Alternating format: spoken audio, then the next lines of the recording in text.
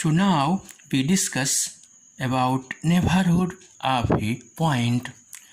So neighborhood of a point in one-dimensional space, two-dimensional space and three-dimensional space. So how we define in these dimensional space, अर्थात neighbourhood को one dimension, to dimension और three dimension में किस प्रकार से परिभाषित करते हैं, इसके बारे में एक्सप्लेन करेंगे. So let A is a subset of R.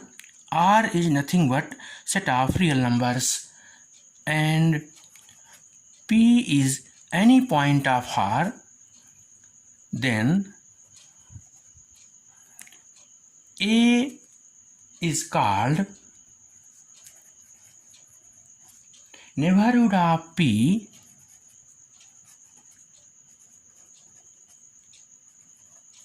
Neighborhood is nothing but NBD.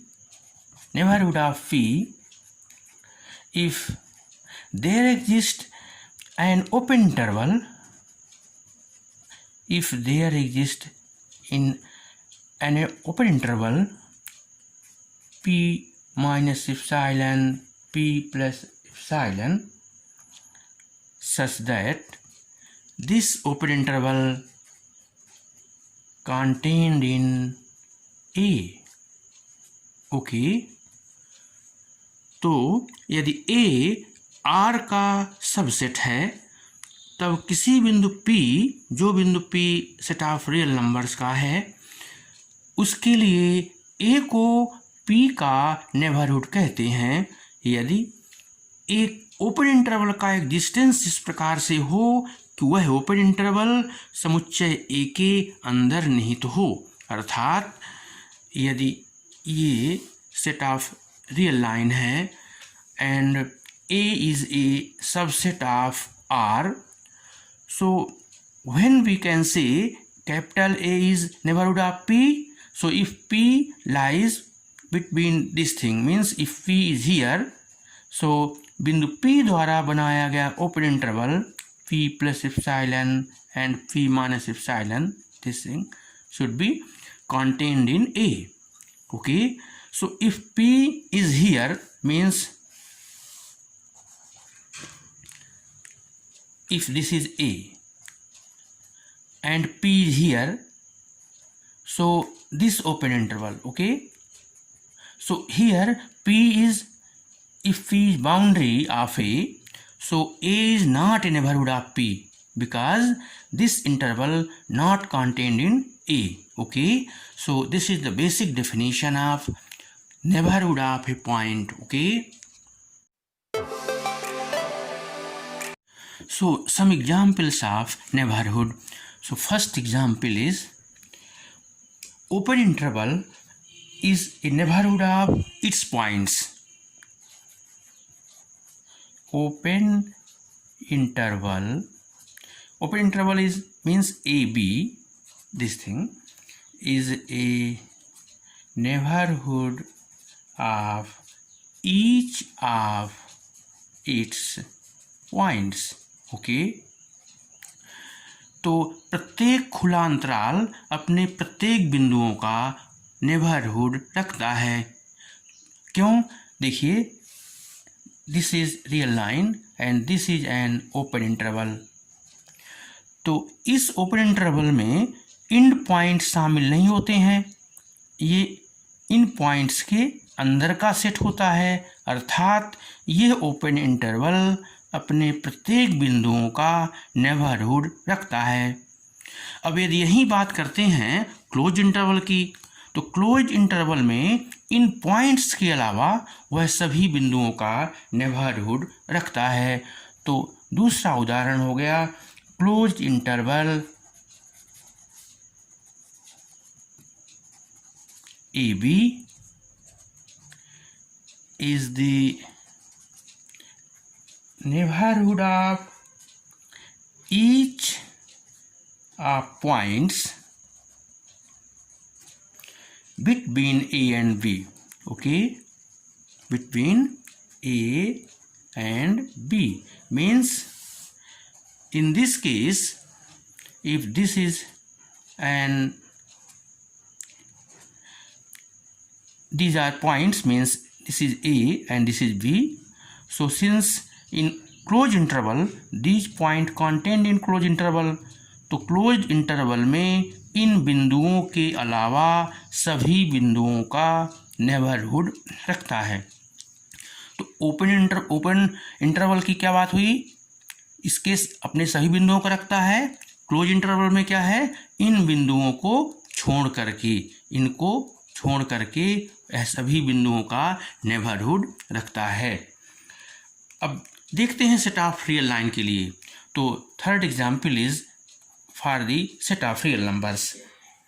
So in the set of real numbers, यह अपने प्रत्येक बिंदुओं का नेबरहुड रखता है। So the set of real numbers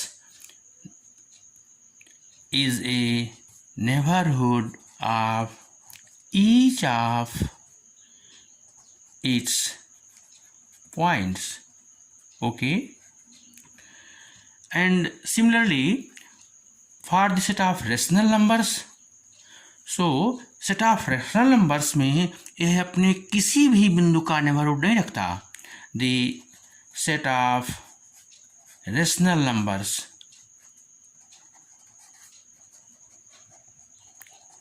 in the set of rational numbers means Q is not neighborhood of any of its points. Okay,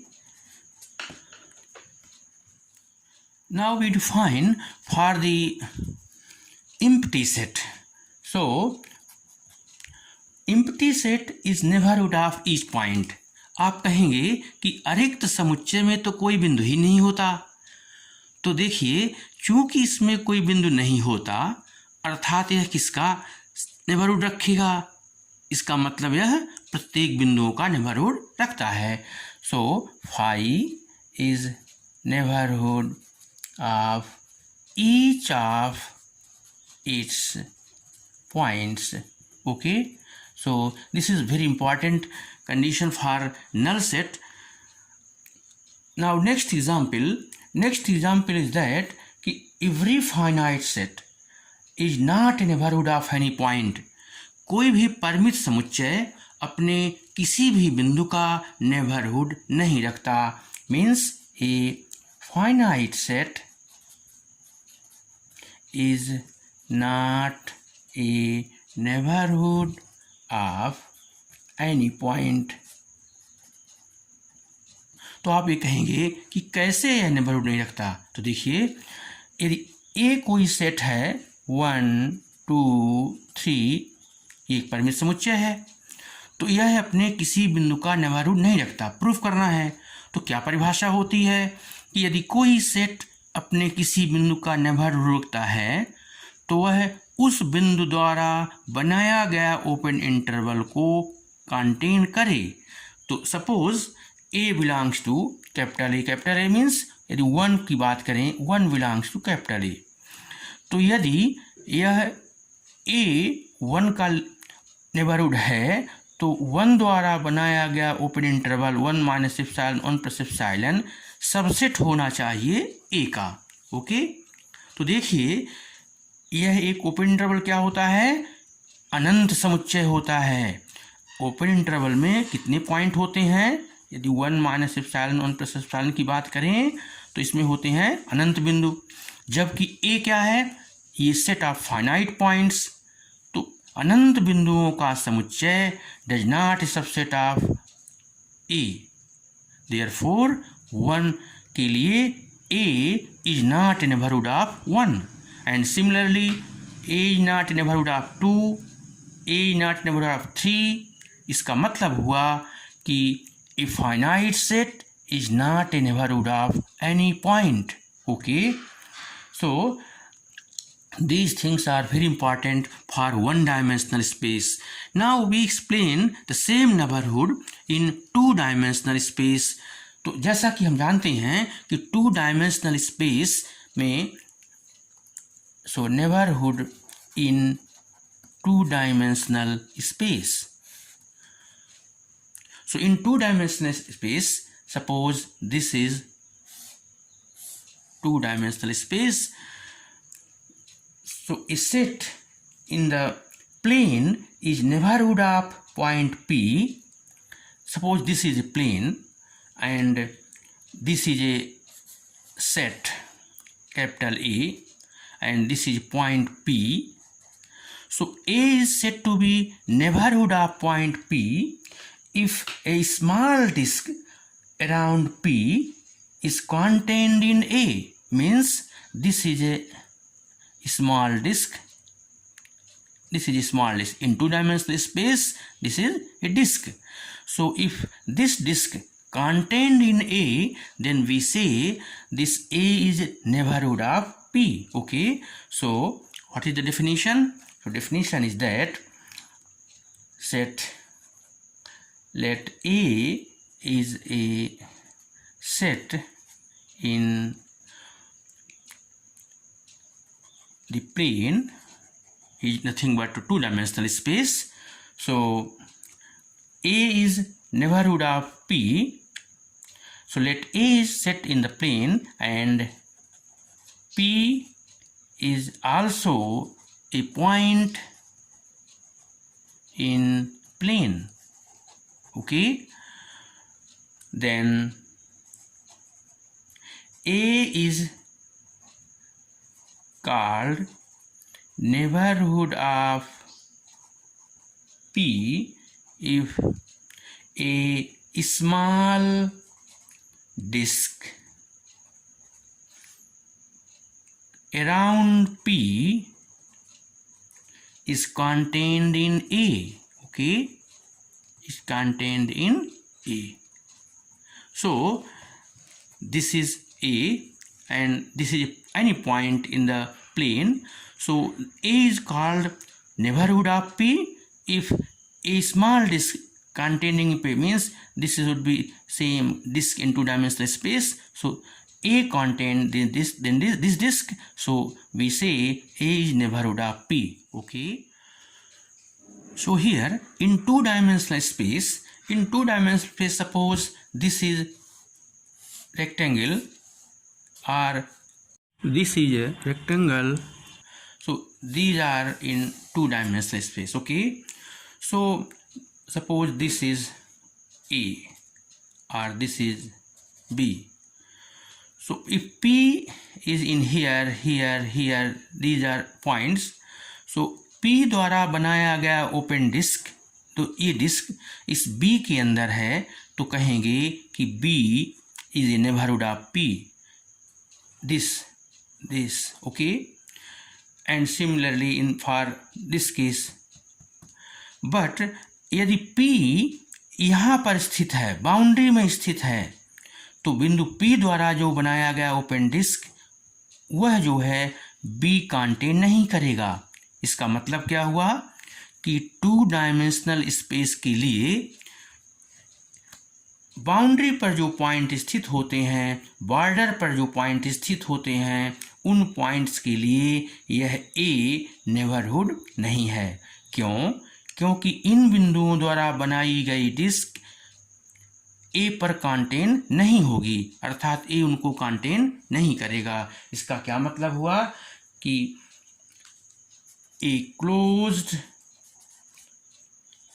rectangle is not a neighborhood of any its point on the boundary. Okay.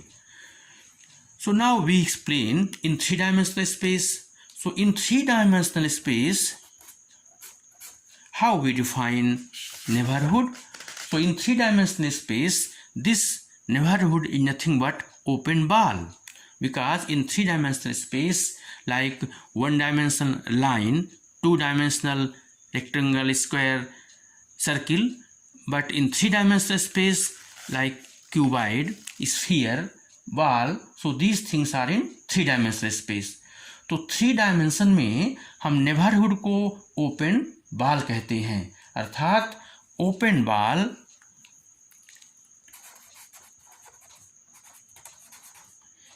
in 3D means open ball is a neighborhood of 3D. Open ball is a neighborhood. तो इसको हम लोग generally metric space में ही define करते हैं। तो metric space में कैसे डिफाइन करेंगे, तो इसकी परिभाषा है कि let X D be a metric space, okay,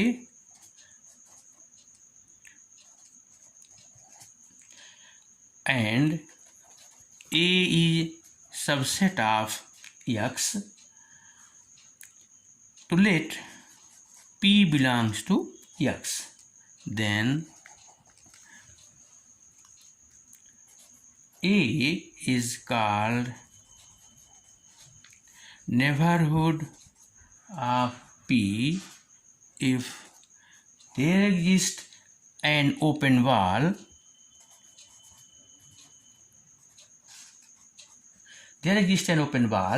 with center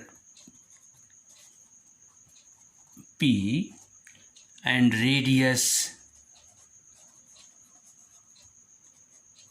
R such that means B R P.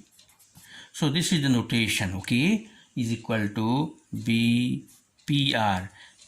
Like open interval का notation होता है small bracket.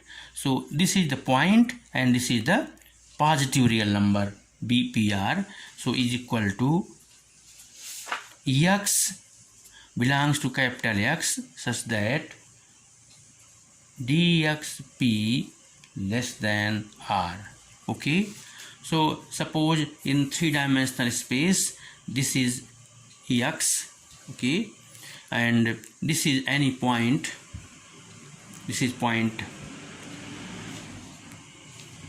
P. तो बिंदु P द्वारा जो R रेडियस लेकर के यह ओपन बॉल बनाई जा रही है, तो ये ओपन बॉल इस प्रकार से हो कि बिंदु P इसके अंदर ही हो। तो बॉल के लिए क्या चाहिए, रेडियस चाहिए। तो एक रियल नंबर R ली गई, बिंदु P को सेंटर माना गया, तो बिंदु P को सेंटर मानकर एक ओपन बॉल बनाई गई। तो ओपन बॉल के अंदर ये P कंटेन कर रहा है, अर्थात P को इस ओपन बॉल का नेबरहुड कहते हैं। Open ball is nothing but a neighbourhood. तो this is the notation BPR and अथवा इसको इस प्रकार से लिखते हैं। तो तात्पर्य कहने का ये कि जो हम लोग नेबरहुड रियल लाइन में पढ़े 1 डायमेंशन में, 2 डायमेंशन में उसको हम लोग डिस्क के रूप में पढ़े और 3 डायमेंशन में इसको हम लोग बॉल के रूप में पढ़े। So this is neighbourhood in 1 dimension, open disc in 2 dimension, in 3 dimension this is open ball. तो तीनों ही पॉइंट्स सेम कहलाएंगे। यदि ओपन बॉल की बात करेंगे तो वह 3D में आएगा, ओपन डिस्क की बात करेंगे तो वह 2D में आएगा, और यदि हम लोग नेबरहुड की बात करेंगे तो वो 1 डायमेंशन में आएगा, और तीनों ही नेबरहुड कहलाते हैं। तो इसकी आवश्यकता पड़ेगी ओपन सेट को पढ़ने में। तो नेबरहुड का एक साधारण उदाहरण देना चाहते हैं। मान लीजिए प्लेन में कोई एक सेट है जिसकी बात करते हैं कि पूरा होल रीवा पूरा एक सेट है, जिसको हम लोग एक पूरा समुच्चय मान ले रहे हैं, और ये जितने भी मोहल्ले हैं, वार्ड हैं, ये इसके सबसेट हैं। ओके, ये सब क्या है इसके, ये सब इसके सबसेट हैं।